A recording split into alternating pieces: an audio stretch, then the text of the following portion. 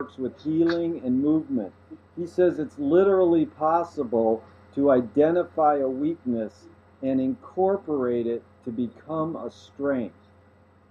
So we're normally taught to overcome a weakness. Can you tell me a weakness that you've incorporated to become a strength?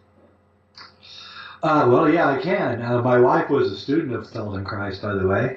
Um, I I had a terrible speech impediment when I was a young man, and I was told by my speech teacher, I overheard him telling my mom that I would never get over it, that I would for the rest of my life have this absolutely incomprehensible speaking style, and that she should just get used to it, that I was going to be the brunt of jokes for the rest of my life, which I was at that time the brunt of jokes and tormented by my fellow classmates. And my mom burst into tears when she didn't know that I was in the other room listening to all of this. And she burst into tears and she said that he's the smartest one of my children, and the fact that he has a speech impediment makes him sound like a retard, and that she didn't want me to be her son if I was going to have that.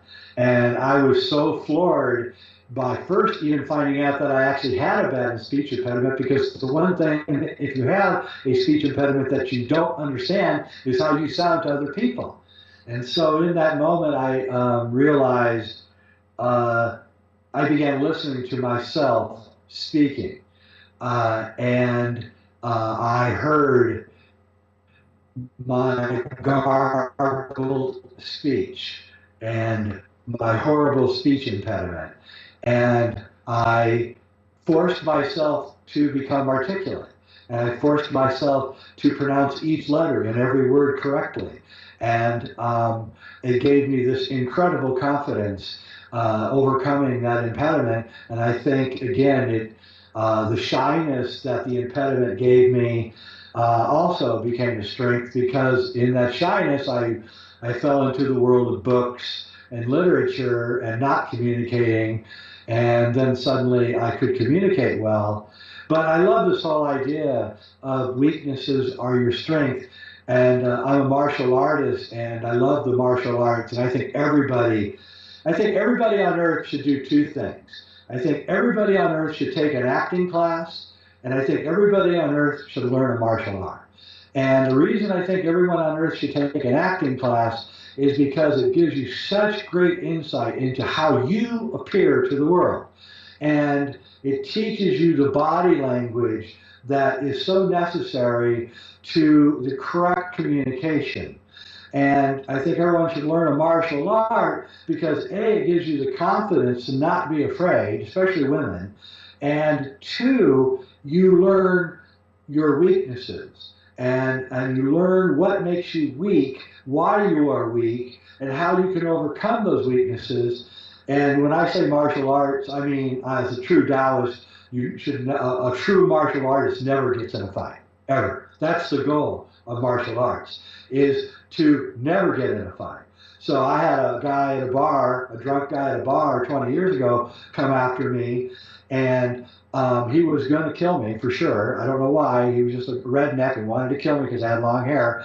And he swung at me, and I avoided his swings using what I know from martial arts, and I just avoided his swings, rope-a-dope you might call it, and for about 20 or 30 swings he swung at me until eventually he was just sitting there breathing really hard, and I just reached over and I pushed him in the chest, and he fell over and he fell down laughing at him. And that's how we have to be, because the powers that be are so strong, so powerful, that we cannot go against them. They will destroy us. But they have their weaknesses, and we need to, their strength, their power, their bigness is also their weakness and their arrogance. And we need to be like a quick, fast Taoist master and avoid their blows. And when they're tired out, we crack them at the knees and knock them down. And that's how we're going to win. Yeah, that's good. Marshall called it, how do you turn a breakdown into a breakthrough? In the Irish go, is this a private fight or can anyone join in? So Irish, so I'm all with you there. Here's the next question, Jay. And we got about 15 more minutes, so really appreciate your time.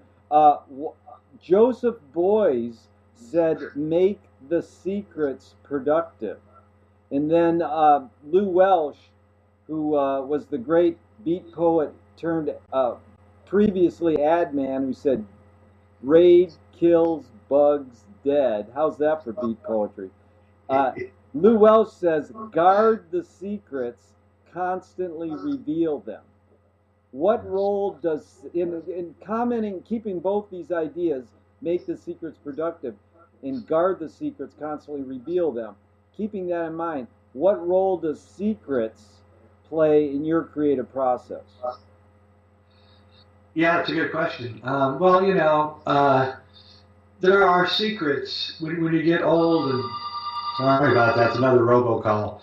When you get older, you realize that you don't really want to tell people everything, that because it's too disheartening and you're liable to cause them to react and become a nihilist, essentially a nihilist.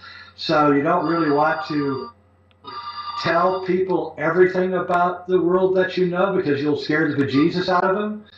So what you try to do is you try to tell people the secrets in a symbolic way, so that they will then use their own skills to go out and examine what you have symbolically revealed to them to find out if what you said is really the truth. So if you tell somebody, hey, there's a dark cabal of black sorcerers running the world called the Illuminati, and they want to wipe 11 out of every 12 people that's living on the planet off the face of the earth. They're behind the GMOs. They're behind the Fukushima. They're behind all the wars.